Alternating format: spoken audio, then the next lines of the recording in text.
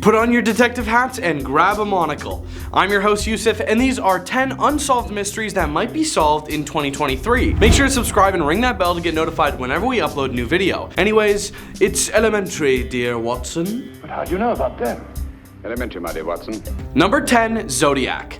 Most people are usually quiet about their crimes, but Zodiac, as he dubbed himself, was anything but. From 1968 to 1969, he terrorized San Francisco with his spree, taunting the police with his coded letters to the local paper. He had at least 5 terminations directly connected to him, although he claims to have ended the lives of 37. His terror began with Betty Lou Jensen and David Arthur Faraday. They were found lying outside of their bullet-peppered car. Jensen was found passed away at the scene with 5 gunshot wounds to her back, while Faraday passed away from a bullet to the head en route to the hospital. Half a year later, a couple who parked their car 4 miles away from that crime scene was also gunned down. 1 injured and 1 gone from the world. The survivor, Michael Mago, was able to give a description of the butcher. He described a heavyset white man around 5'8". It would be the Zodiac himself that would give the police the remaining evidence. At 12:48 a.m. that same night, police received a strange call.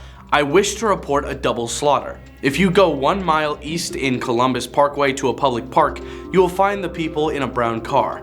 They've been shot with a 9mm Luger. I also ended those people last year. Goodbye. A month later, newspapers received the first letter from the Zodiac. He demanded them publish the letter on the front page or he'd go on a rampage. The letter described the slaughters, all written with mysterious ciphers that seemed to form a code. This was a common theme with the other letters he would send, all signed with a crossed circle symbol.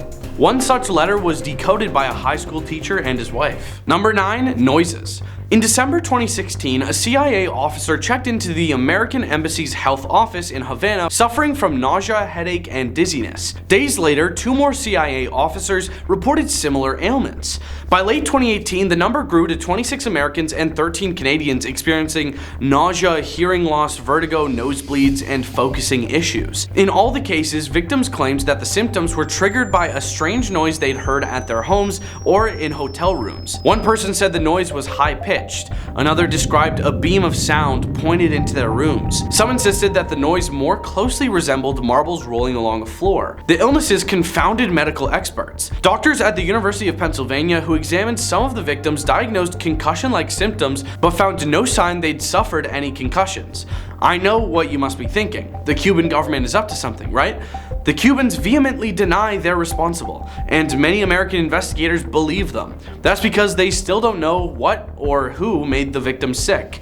Was it a new type of weapon? The CIA claims it doesn't know of any weaponry that could cause these symptoms. What about ultrasound? One theory holds that a pair of covert eavesdropping devices placed too close to each other by Cuban agents may have inadvertently produced such a reaction, like the kind of feedback you would hear when someone stands too close to a microphone or 2 phones that are calling each other in the same room.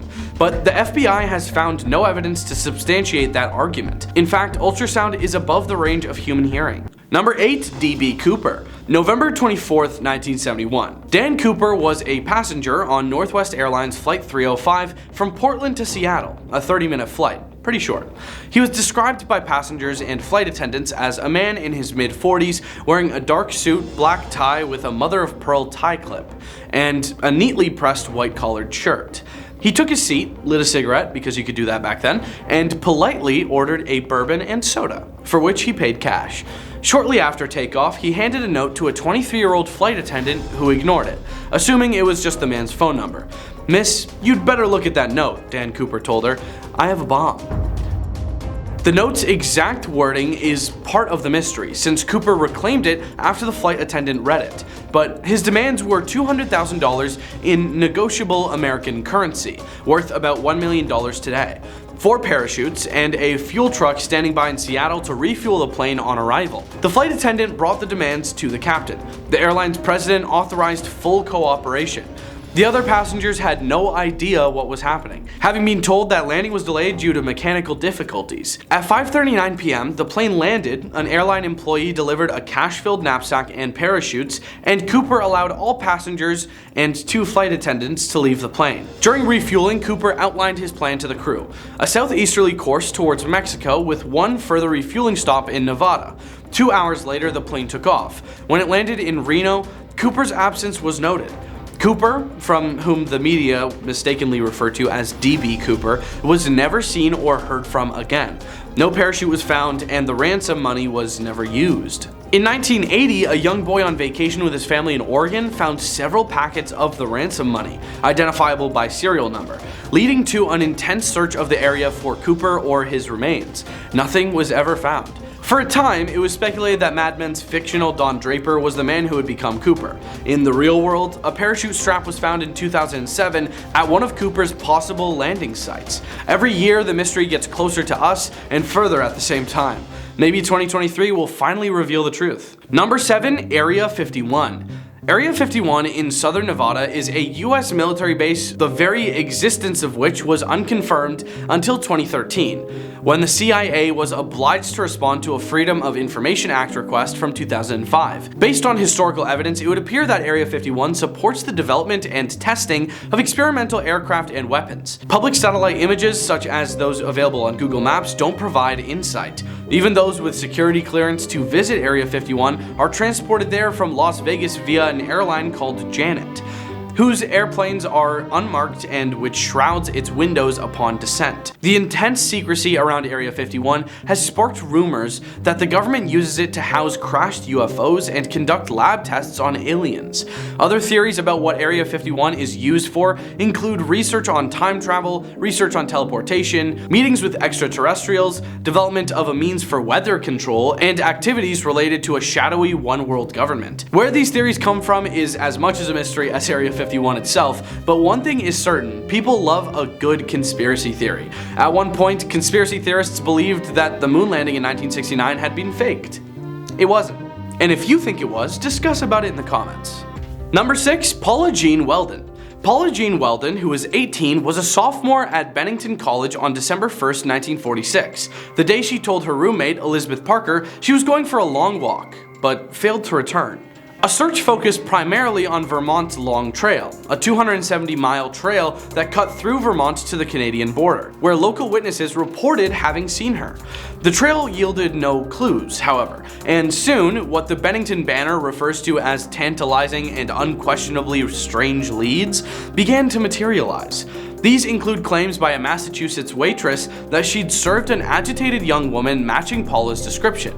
Upon learning of this particular lead, Paula's father disappeared for 36 hours, supposedly in pursuit of the lead, but it was nevertheless a strange move that led to his becoming a prime suspect in Paula's disappearance. Soon, stories began circulating that Paula's home life was not nearly as idyllic as her parents had told the police. Apparently, Paula had not returned home for Thanksgiving the week prior, and she may have been distraught about a disagreement with her father.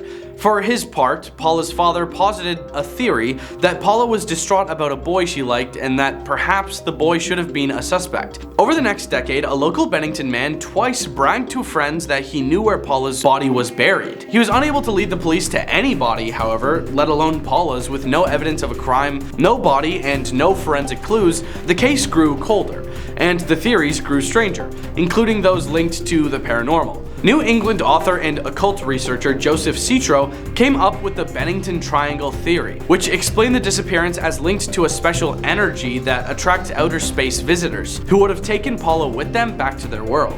Number 5, Missing Settlement. In 1587, John White led a group of people from Britain to found an English colony, settling on Roanoke Island, one of a chain of barrier islands now known as the Outer Banks of North Carolina. White left for more supplies, but on his return 3 years later, found the colony meticulously abandoned, with all houses and fortifications dismantled with care. Before he'd left the colony, White had instructed the colonists that, if they were taken by force, they were to carve a cross into a nearby tree, but there was no cross. The only clue was the word Croatoan, the name of a native tribe allied with the English, which was carved into a post. White took this to mean that the colonists had moved to Croatoan Island, now known as Hatteras. Ensuing investigations turned up claims that the colonists had been slaughtered by the Powhatan tribe, but there is no archaeological evidence of this, and a recent re-examination of the primary sources indicates that any massacre that occurred was not of this particular group of colonists, but rather a group of colonists who had arrived earlier. Number 4, Tunguska. On the morning of June 30th, 1908, 770 square miles of forest in Serbia, Russia, were flattened by what would have appeared to have been an explosion, except that there were no witnesses and no other evidence. The phenomenon, known as the Tunguska event, has been classified by scientists as the largest impact event in recorded history, yet no impact crater has ever been found, which would be an important earmark of an impact event. Thus, scientists can only surmise what may have happened, which may be that an asteroid exploded over the Earth and the destruction that ensued beneath it in Siberia was the result of after effects. Number 3. Malaysia Airlines Flight 370. On March 8, 2014, while flying from Malaysia to China, a Boeing 777 carrying 239 passengers and crew members seems to have vanished into thin air. The multinational search effort, the largest in aviation history, has turned up a mere 20 pieces of aircraft debris. The Prime Minister of Malaysia has declined to comment other than to say that the aircraft disappeared over the Indian Ocean. The lack of closure has engendered multiple theories, many of which are considered conspiracy theories, which, according to Harvard professor Cass Sunstein, are a natural product of horrific and disastrous situations because such events make people angry, fearful, and looking for a target. Theories include hijacking, capture by the United States, crew self-execution, it was reported that the pilot was having marital problems, a fire aboard the aircraft, vertical entry into the sea, a meteor strike, and even alien abduction. Notwithstanding the passage of 3 years and the expenditure of $160 million scouring thousands of square miles of ocean, the disappearance of Malaysian Air Flights 370 and the 239 people aboard remains a mystery. Number 2. The Kryptos sculpture. The main part of this sculpture is located in the northwest corner of the new headquarters building courtyard outside of the agency's cafeteria. The sculpture comprises 4 large copper plates with other elements consisting of water, wood, plants, red and green granite, white quartz, and petrified wood. The most prominent feature is a large vertical S-shaped copper screen resembling a scroll or a piece of paper emerging from a computer printer, half of which consists of encrypted text. The characters are all found within the 26 letters of the Latin alphabet, along with question marks, and are cut out of the copper plates. The main sculpture contains 4 separate enigmatic messages, 3 of which have been deciphered. In addition to the main part of the sculpture, Jim Sanborn also placed other pieces of the art at the CIA grounds, such as several large granite slabs with sandwiched copper sheets outside the entrance to the new headquarters building. Several Morse code messages are found on these copper sheets, and one of the stone slabs has an engraving of a compass rose pointing to a lodestone. Other elements of Sanborn's installation include a landscaped garden area, a fish pond with opposing wooden benches, a reflecting pool, and other pieces of stone, including a triangle-shaped black stone slab. The name Kryptos comes from the ancient Greek word for hidden, and the theme of the sculpture is intelligence gathering. The cost of the sculpture in 1988 was $250,000, worth $500,000 in 2016. The ciphertext of the left-hand side of the sculpture of the main sculpture contains 869 characters in total, 865 letters, and 4 question marks. In April 2006, however, Sanborn released information stating that a letter was omitted from this side of Kryptos for aesthetic reasons to keep the sculpture visually balanced. There are also 3 misspelled words in the plain text of the deciphered first 3 passages, which Sanborn has said was intentional, and 3 letters, YAR, near the beginning of the bottom half of the left side are the only characters on the sculpture in superscript. The right-hand side of the sculpture comprises of a keyed Vigenère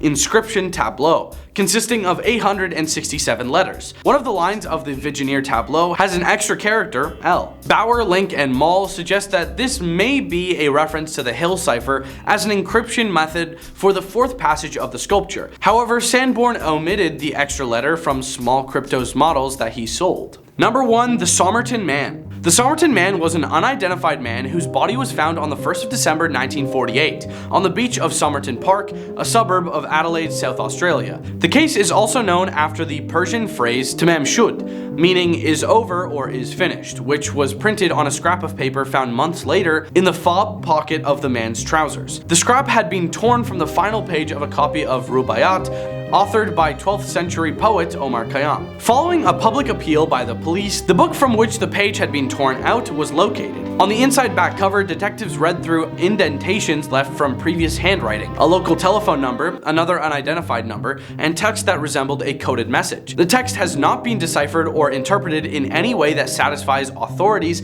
on the case. The case had been considered, since the early stages of the police investigation, one of Australia's most profound mysteries. There has been intense speculation ever since regarding the identity of the victim, the cause of his passing, and the events leading up to it.